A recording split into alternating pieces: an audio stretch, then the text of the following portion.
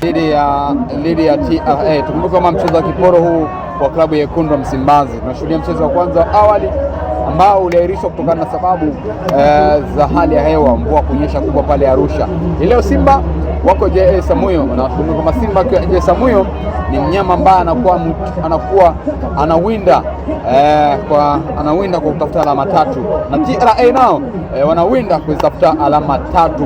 Jana tumeshuhudia mchezo wa ligi kuu Tanzania bara, tunashuhudia Young Africans dhidi ya Mtibwa Sugar na mechi ikaenda sare ya bao moja kwa moja. Kama ligi yetu inaenda kuwa bora kwa siku za usoni, basi tushuhudie michezo hii. Ligi timu kubwa zote zimeweza kutoa sare. Kwa tazama Azam FC ametoa sare, kwa tazama Young Africans ametoa sare, Wekundu wa Msimbazi akatoa sare. Kwa maana utaiona sasa ligi ambayo inaenda kuwa na mvuto zaidi kama timu zote zikiwa standard hii, na endapo Simba akipata matokeo kwenye mechi hii ya leo, kumbuke kwamba anajikusanyia alama anazidi kujikusanyia alama zake, kumsogelea aliyebingwa hapo juu ambao anaongoza ligi kuu Tanzania bara ambao ni Young Africans akifuatiwa na Azam FC. Kwa hiyo atakuwa anajisogeza akifuatana na JKT Tanzania, nao wakija anakuja vizuri kwenye shindano la ligi kuu Tanzania bara. Naweza kuambia kwamba mimi naweza kutoa kwamba kama timu zikiwa all the best kwa kila mechi kama hizi na perform vizuri, timu ndogo timu kubwa nafanya vizuri, kwa tutaiona ligi yetu ambayo inaenda kuwa ligi bora sana, inakuwa ligi ambayo inakuwa na mvuto zaidi kwa siku za mbeleni, kama kweli timu zimeamua kujitoa kiukweli kwenye ligi kuu Tanzania bara. Tushuhudie ligi ambayo inakuwa na mvuto zaidi na ligi ambayo inakuwa na ushindani mkubwa kwa siku za usoni. Na kingine nachosema kwa taarifu mashabiki wa soka popote ulimwenguni kwamba hii leo ni Machi 22.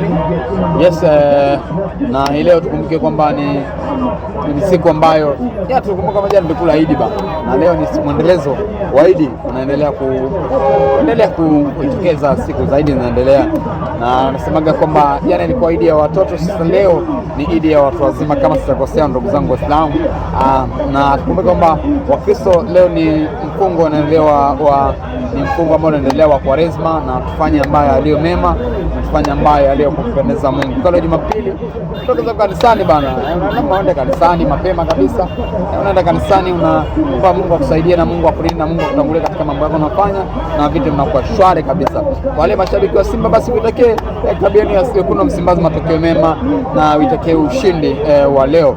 Na kwa wale mashabiki wa Young Africans waliopoteza sare jana, basi natakia pole kwa mashabiki wetu wa soka na mashabiki wetu wa soka. Nakumbuka kwenye football bana, ni mchezo wa soka kwa maana ukiwa shabiki na ukiwa mwanampira, ukiwa mwanamichezo, basi huwezi kushangaa vitu hivi vya kawaida tunatokea kwamba timu kusare, timu kushinda, timu kufungwa. Ni sehemu moja ya mchezo na sehemu moja ambayo ya kuifanya timu yako izidi kuwa bora. Bana, hii Dayo ambaye kiungana live Dar es Salaam. Yangu tutashona kwa hapa nyuma kipenda kesho tena panapo majaliwa, na nikutakia mchana mama, mchana ambao una mambamba, na mchana ambao hauna kudha, na mchana ambao wenye unyunyuzi mwanana kweli, mwenye furaha, Jumapili yenye furaha kweli. Na asante, na wakati mwingine tena bana.